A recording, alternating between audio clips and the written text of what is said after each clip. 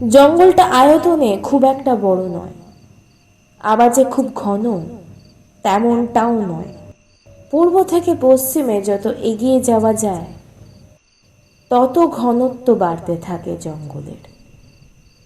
গাছেরা যেখানে দাঁড়িয়ে থাকে আঁটোসাঁটো হয়ে, মাথার ওপর পাতার ছাউনি এমনভাবে আকাশ ঘিরে রাখে যে সূর্যের আলোই প্রবেশ করতে পারে না জঙ্গলের অনেক জায়গায়। হিংস্র জন্তু তেমন নেই, তবে মাঝে মাঝে ভামবেড়াল, শেয়াল আর বিষাক্ত সাপের দেখা মেলে। শোনা যাচ্ছে জঙ্গলের পূর্ব দিক থেকে সদরের সঙ্গে যোগাযোগের জন্য নতুন সড়কের প্রস্তাবনা চলছে সরকারি দপ্তরে। এমনিতে এই জঙ্গলের মানুষের আনাগোনা একেবারেই নেই বললেই চলে। প্রথমত, জঙ্গলটি লোকালয় হতে অনেকটা তফাতে, আর দ্বিতীয়ত আর সম্ভবত প্রধানত এই জঙ্গলে নাকি ওরা থাকে। যাদের মুখ দেখতে নেই, যাদের মুখ দেখলে নাকি জীবনে নেমে আসে চরম দুর্ভোগ।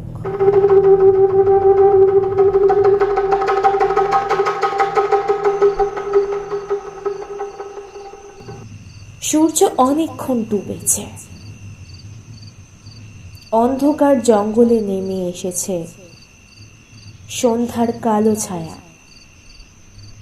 ঘরে ফেরা পাখিদের কিচিরমিচির অনেকক্ষণ আগেই থেমেছে।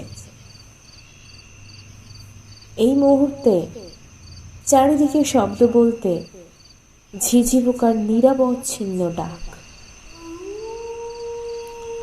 আর মাঝে মাঝে শিয়ালের হুক্কা হুয়া। ঠিক এমন সময় শুকনো পাতা আর ডালপালার উপর দিয়ে হেঁটে আসার মতো একটা বিদৃশ্য শব্দে এই মন্থর প্রকৃতি কেমন যেন বাংময় হয়ে উঠল। অন্ধকার জঙ্গলের ভিতর দিয়ে মশাল হাতে হেঁটে আসছে কালো পোশাক পরা দুটি দেহ। পরনে কালো খাটো ধুতি, গায়ে কালো চাদর, কোমরে কাপড়ে গোঁজা কাটারি গোছের কোনো অস্ত্র।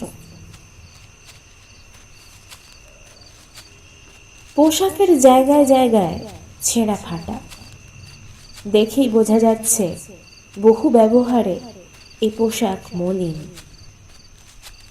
দুজনেই পুরুষ, একজন সামনে, একজন পিছনে। পিছনের জনের হাতেই ধরা মশালের আলো। একজন একটু বেশি বয়স্ক, মাথায় মুখে কাঁচা পাকা দাড়ি গোপের জটা জুটো, হাতে ধরা লাঠি সামনের দিকে নুয়ে পড়া শরীরের ভার ধরে রেখেছে। কিন্তু তারপরেও বয়স্ক লোকটি অত্যন্ত ক্ষিপ্রতার সঙ্গে এগিয়ে চলেছে সামনের দিকে। ওর পিছনে যে রয়েছে তার বয়স কম হলেও সে যেন সামনের লোকটির সঙ্গে পাল্লা দিয়ে পেরে উঠছে না। বুড়ো, আস্তে হাঁটো, আস্তে হাঁটো, এরকম করছো কেন? পড়ে যাবে তো। যুবকটি শেষে থাকতে না পেরে চেঁচিয়ে উঠল পিছন থেকে। এই বয়সে পড়ে গিয়ে একটা বিপদ বাঁধালে ভয়ঙ্কর কিছু একটা হয়ে যাবে। কিন্তু সামনের বয়স্ক লোকটি কা করল না। সে একই গতিতে সামনের দিকে এগোতে লাগলো। সন্ধ্যা থেকে 3বার চলে এলে এই জায়গায় এসে কি লাভ হলো শুনি? ও ঠাকুর, এত অস্থির কেন হয়ে আছে গো? পিছনের ছেলেটির কণ্ঠস্বর শুনলেই বোঝা যায় সে ভয় পাচ্ছে, অজানা কিছু নিয়ে। সামনের বয়স্ক লোকটি তার চলার গতি না কমিয়েই বলে উঠল, এমনটা হওয়ার কথা নয় রে, এমনটা হওয়ার কথা নয়। যে মরেছে সে মরিক্ষণে মরেছে, আমি নিশ্চিত। কিন্তু মরিক্ষণ নির্ধারণ করতে পারছি না যে। আউধুনি সাড়া না দিলে মরিক্ষণ নির্ধারণ করবে কেমন করে? সন্ধ্যে থেকে 3বার হলো নিয়ে। এই জায়গা কি ভালো? তাই কৃষ্ণপক্ষ নিশ্চয়ই মরিক্ষণ নয়, না হলে তো সার মিলতো। ছেলেটির প্রশ্ন শুনে আচমকাই থমকে গেলেন বয়স্ক লোকটি। তারপর ছেলেটির দিকে পিছন ফিরে বিড়বিড় করে বলে উঠলেন, সেটাই তো ভয় রে, সার মিলবে না কেন? সার কেন মিলবে না? এমনটা তো হয় না। এ কি এমনি এমনি নাকি এসবের পিছনে রয়েছে তার চক্রান্ত? চক্রান্ত, হ্যাঁ চক্রান্ত। তুই জানিস না, দেখিসনি এর আগে? সে সব করতে পারে, সব। কাঁপা কাঁপা স্বরে কথাটা শেষ করেই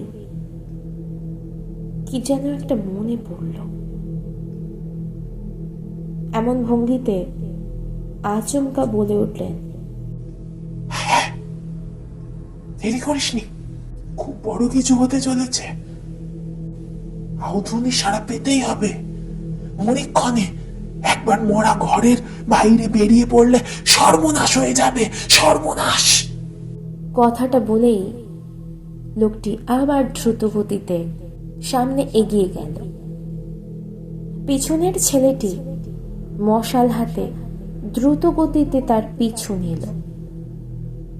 ছেলেটি নিজেও ভয় পেয়েছে। সত্যি কি একটা ভয়ঙ্কর কিছু হতে চলেছে।